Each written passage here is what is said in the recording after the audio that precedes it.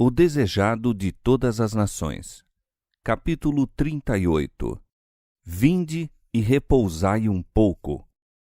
Este capítulo se baseia em Mateus capítulo 14, versos 1, 2, 12 e 13, Marcos capítulo 6, versos 30 a 32 e Lucas capítulo 9, versos 7 a 10.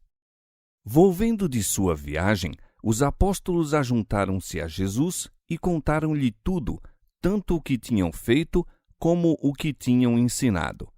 E ele lhes disse: Vinde vós aqui à parte, a um lugar deserto, e repousai um pouco. Pois havia muitos que iam e vinham e não tinham tempo para comer. Os discípulos foram ter com Jesus e lhe contaram tudo. Sua intimidade com ele os animava a expor-lhe os incidentes favoráveis e os desfavoráveis que lhe sucediam, sua alegria ao ver os resultados de seus labores e a tristeza que sentiam em face dos fracassos, das faltas e fraquezas de sua parte. Haviam cometido erros em sua primeira obra como evangelistas e, ao falarem com franqueza dessas coisas a Cristo, notou ele que necessitavam de muitas instruções. Viu também que se haviam fatigado em seus labores e necessitavam repousar. Onde estavam, porém, não lhes era possível o necessário sossego, pois havia muitos que iam e vinham e não tinham tempo para comer. O povo aglomerava-se após Jesus, ansioso por ser curado e ouvir-lhe a palavra.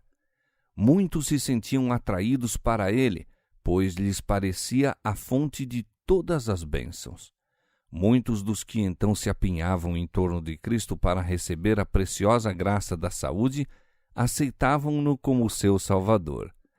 Muitos outros, atemorizados então de o confessar, por causa dos fariseus, se converteram por ocasião da descida do Espírito Santo e, perante os irados sacerdotes e principais, reconheceram-no como o Filho de Deus.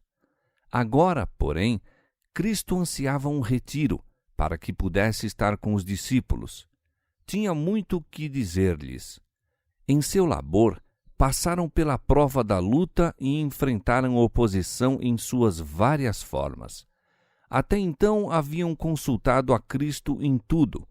Tinham, porém, estado sós por algum tempo e ficado por vezes muito perplexos quanto ao que deviam fazer. Tinham recebido muita animação em sua obra, pois Cristo os não enviara sem o seu Espírito, e pela fé nele operaram muitos milagres. Necessitavam, todavia, alimentar-se agora do pão da vida. Precisavam retirar-se para um lugar solitário, onde pudessem estar em comunhão com Jesus e receber instruções quanto à sua obra futura. E ele disse-lhes: Vinde vós aqui à parte, a um lugar deserto, e repousai um pouco.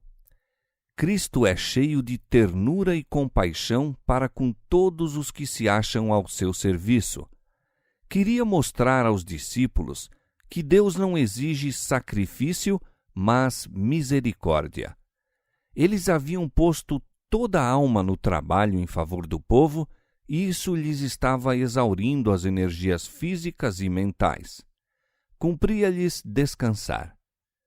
Como os discípulos houvessem visto o êxito de seus labores, estavam em risco de atribuir a honra a si mesmos, em risco de nutrir orgulho espiritual, caindo assim sob as tentações de Satanás.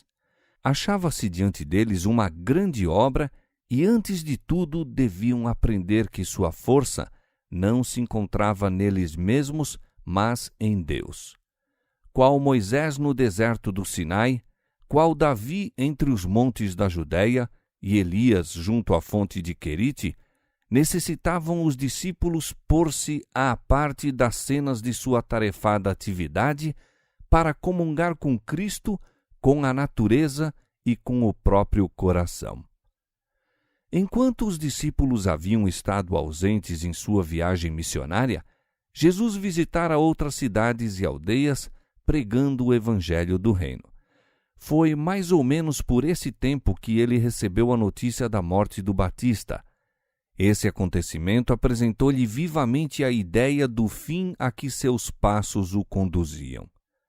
As nuvens adensavam-se em torno da vereda que percorria. Sacerdotes e rabinos espreitavam para tramar-lhe a morte, espias lhe rondavam os passos e multiplicavam-se por toda parte as conspirações para cavar-lhe a ruína. A notícia da pregação dos apóstolos através da Galiléia chegara a Herodes, chamando-lhe a atenção para Jesus e sua obra. Este é João Batista, disse, ressuscitou dos mortos, e exprimiu o desejo de ver a Jesus. Herodes estava em contínuo temor de que se tramasse secretamente uma revolução com o intuito de o destronar e sacudir o jugo romano da nação judaica. Entre o povo, lavrava o espírito de descontentamento e insurreição. Era evidente que o trabalho público de Cristo na Galiléia não podia continuar por muito tempo. Aproximavam-se as cenas de seu sofrimento e ele desejava estar por algum tempo retirado do bulício da multidão. Consternados, haviam os discípulos de João levado a sepultar seu mutilado corpo. Depois foram anunciá-lo a Jesus. Esses discípulos tiveram inveja de Cristo quando este parecia estar atraindo a si os que seguiam a João. Juntaram-se aos fariseus em acusá-lo quando ele se sentara com os publicanos no banquete de Mateus. Puseram em dúvida a divindade de sua missão por não haver ele libertado o Batista. Agora, porém, morto seu mestre, e anelando eles consolo em sua grande dor e guia quanto à sua obra futura, foram ter com Jesus, unindo aos seus os interesses deles. Também necessitavam de um período de sossego para a comunhão com o Salvador. Próximo a Betsaida, na extremidade norte do lago, havia um lugar solitário, então embelezado pelo verdor da primavera, o qual oferecia convidativo refúgio a Jesus e aos discípulos. Para ali partiram eles, fazendo de barco a travessia do lago. Ali estariam distantes do trânsito das ruas e do burburinho e agitação da cidade. As próprias cenas da natureza, por si mesmas, já constituíam um descanso, uma aprazível variação para os sentidos. Ali poderiam escutar as palavras de Cristo sem ouvir zangadas interrupções, réplicas e acusações de escribas e fariseus. Podiam ali fruir breve período de precioso convívio na companhia de seu Senhor. O repouso que Cristo e os discípulos fizeram não era uma complacência consigo mesmos. O tempo que passaram afastados não foi consagrado à busca do prazer. Falavam entre si a respeito da obra de Deus e da possibilidade de torná-la mais eficiente. Os discípulos tinham estado com Cristo e podiam compreendê-lo. Para eles não precisava o mestre falar em parábolas. Ele lhes corrigia os erros e os esclarecia quanto à devida maneira de se aproximarem do povo. Abria-lhes mais plenamente, a eles, os preciosos tesouros da verdade divina. Eram revigorados pelo poder divino e animados de esperança e coragem.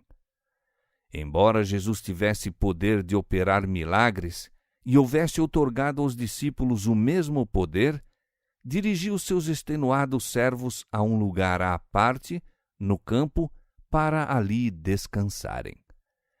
Quando disse que a seara era grande e poucos os obreiros, não acentuou para os discípulos a necessidade de incessante labuta, mas disse: rogai, pois, ao Senhor da seara que mande ceifeiros para a sua seara. Mateus capítulo 9, verso 38. Deus designou a cada um a sua obra, segundo a sua capacidade, e não pretendia que uns poucos ficassem sobrecarregados de responsabilidades, enquanto outros não têm nenhum fardo, nenhuma angústia de alma. Efésios 4, versos 11 a 13. As compassivas palavras de Cristo dirigem-se hoje aos obreiros da mesma maneira que aos discípulos outrora. Vinde vós aqui à parte e repousai um pouco, diz aos que se acham fatigados e esgotados. Não é sábio estar sempre sob a tensão do trabalho e da excitação, mesmo em atender às necessidades espirituais dos homens, pois por essa maneira é negligenciada a piedade pessoal, ao mesmo tempo que se sobrecarregam as energias mentais, espirituais e físicas. Exige-se a abnegação dos discípulos de Cristo e são precisos sacrifícios. Convém, todavia, cuidar para que, mediante seu excesso de zelo, Satanás não se aproveite da fragilidade humana e seja prejudicada a obra de Deus. Na opinião dos rabinos, o mais alto grau da religião mostrava-se por contínua e ruidosa atividade. Dependiam de alguma prática exterior para mostrar sua superior piedade. Separavam assim sua alma de Deus, apoiando-se em presunção. O mesmo perigo existe ainda hoje. À medida que aumenta a atividade e os homens são bem-sucedidos em realizar alguma obra para Deus, há risco de confiar em planos e métodos humanos. Vem a tendência de orar menos e ter menos fé. Como os discípulos, arriscamo-nos a perder de vista nossa dependência de Deus e buscar fazer de nossa atividade um Salvador. Necessitamos olhar continuamente a Jesus, compreendendo que é seu poder que realiza a obra. Conquanto devamos trabalhar ativamente pela salvação dos perdidos, cumpre-nos também consagrar tempo à meditação, à oração e ao estudo da Palavra de Deus. Unicamente o trabalho realizado com muita oração e santificado pelos méritos de Cristo demonstrar-se-á, afinal, haver sido eficaz. Nenhuma outra vida já foi tão assoberbada de trabalho e responsabilidade como a de Jesus. Todavia, quantas vezes ele estava em oração!